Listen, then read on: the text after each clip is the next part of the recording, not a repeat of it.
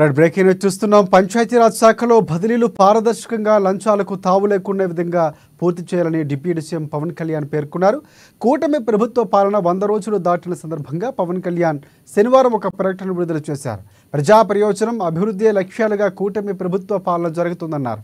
తాను చేపట్టిన శాఖల్లో పథకాలు పకడ్బందీగా అమలు చేయాలని నిశ్చయించుకున్నట్లు వెల్లడించారు పవన్. సీఎం చంద్రబాబు సైతం రాష్ట్ర ప్రభుత్వం అశ్రిత పక్షపాతం లేకుండా ప్రజలకు మేలు చేసేలా పనిచేస్తుందని చెప్పారన్నారు.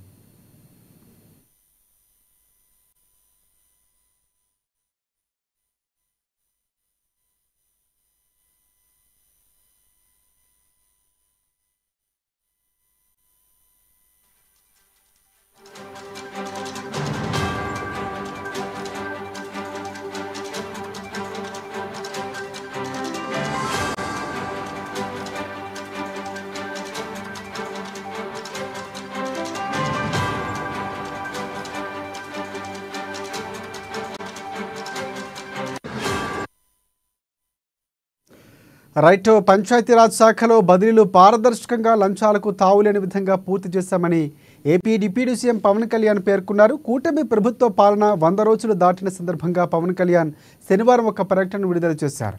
ప్రజా ప్రయోజనం, అభివృద్ధి లక్ష్యాలుగా కూటమి ప్రభుత్వ పాలన జరుగుతుందని చెప్పారు. తాను చేపట్టిన శాఖల్లో పథకాలను పకడ్బందీగా అమలు చేయాలని నిశ్చయించుకున్నామని అన్నారు. సీఎం చంద్రబాబు సైతం రాష్ట్ర ప్రభుత్వం అశ్రిత పక్షపాతం లేకుండా ప్రజలకు మేలు చేసేలా పనిచేస్తుందని చెప్పారన్నారు.